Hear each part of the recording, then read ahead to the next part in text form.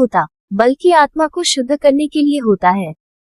फिर शनि देव ने कहा, यदि तुम अपने इस जीवन को सेवा, श्रद्धा और करुणा में बिताओगे तो तुम्हारा भविष्य उज्जवल होगा। इतना कहकर वे अंतर ध्यान हो गए। अगले दिन से उस बालक का जीवन बदल गया। उसने अपने दुख को स्वीकार कर लिया। अब वह लोगों से शिकायत नहीं करता था। वह मंदिर के बाहर बैठकर आने वाले भक्तों को पानी पिलाता, रास्ता बताता, बच्चों को कहानियां सुनाता। उसकी आंखों में रोशनी नहीं थी, लेकिन उसकी वाणी में सत्य था। धीरे धीरे लोग उसकी ओर आकर्षित होने लगे। वही लोग जो उसे बोझ समझते थे, अब उसे सम्मान देने लगे।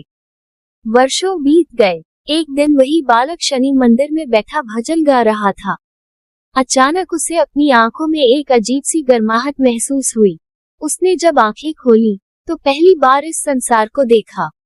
मंदिर, दीपक, मूर्ति, सब कुछ। वह रोते हुए गिर पड़ा। शनि देव की कृपा से उसकी दृष्टि लौट आई थी। लेकिन भक्तों, सबसे बड़ी बात यह नहीं थी कि उसकी आंखें खुली, सबसे बड़ी बात यह थी कि उसका अहंकार समाप्त हो चुका था। शनि देव ने उस दिन उसे नहीं, बल्कि पूरे समाज को एक संदेश दिया। उन्होंने कहा, जो अपने दुख को स्वीकार कर लेता है, वही सच्चा विजेता होता है। जो अपने कर्मों की जिम्मेदारी लेता है, उसी पर मेरी कृपा होती है। इसलिए भक्तों, जब हमारे जीवन में शनि की दशा आती है, तब घबराना नहीं चाहिए। वह समय हमें तोड़ने नहीं, हमें बनाने आता है। आज हम छोटी छोटी परेशानियों में भगवान को दोष देते हैं, लेकिन ये कथा हमें सिखाती है कि हर पीड़ा के पीछे एक पाठ छिपा होता है। शनि देव अंधकार नहीं है, वे प्रकाश की ओर ले जाने वाला कठोर मार्ग हैं। जैसे लोहे को तपाकर मजबूत बनाया जाता है, वैसे ही आत्मा को तपाकर श्रेष्ठ बनाया जाता है।